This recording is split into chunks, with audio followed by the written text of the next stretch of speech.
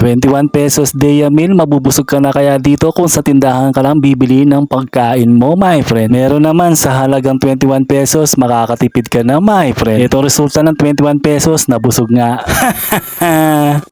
What's up, my friend? Ngayon araw may narinig ako sa balita, my friend, na 21 pesos daw, mahalaga na daw, my friend. Napaisip ako ng sobrang lalim, my friend, kaya meron pala ako dito ng 21 pesos dito sa tagiliran ko, my friend. Hindi heart yan, my friend. 21 pesos yan, my friend.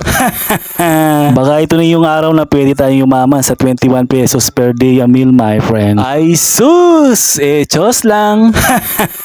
Dahil hawak ko na yung 21 pesos, hindi na ako lalabas sa ibang tindahan, my friend. Dito na lang sa tindahan namin maghahanap ng 21 pesos per day a meal, my friend. Kung bigas yung bibiling ko dito, my friend, sigurado meron pa ako sukli ng 6 pesos. Yung 6 pesos na yun, pambibili ko na lang siguro ng toyo, my friend. Para sinaing natin magkalasa pag nilagyan ng toyo, my friend. Para akong bumalik sa panahon ng mura yung mga bilihin noon, my friend.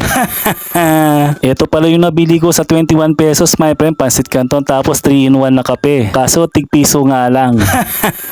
Sinubukan ko nang iluto yung pansit canton natin kung mabubusog ba tayo mamaya, my friend. Yan yung napili kong iluto, my friend, kasi pakukulo mo na lang, my friend. Kaysa bumili ako ng itlog, mantika, tsaka tinapay, my friend, tapos may sukli ka pa ng piso. Dito sa niluluto ko, my friend, papakuluin mo na lang. Ay sus! Chos lang. Sigurado mabubusog naman ako dito sa niluto kong pansit canton, my friend. Medyo marami naman yung pansit canton. At syempre, pagkatapos nating mailuto yung pansit canton natin, my friend, ayan, nagkape muna tayo, my friend. Baka ito siguro yung sinasabi nila sa balita na 3-in-1 na kape, yung kape, gatas at saka asukal, my friend. Dahil nagtitipid tayo, my friend, syempre ganyan lang yung baso natin. Sa 21 pesos ko, my friend, ayan, hinati ko na lang sa dalawa, my friend. May pangkape pa tayo bukas ng umaga, tapos yung canton mamayang gabi naman. Ay sus! Chos lang. Kaya wag ka na magtaka, my friend, kung ganyan lang yung kinakain ko ngayon, my friend. Ganyan lang daw yung pagkain natin, sabi sa balita, my friend.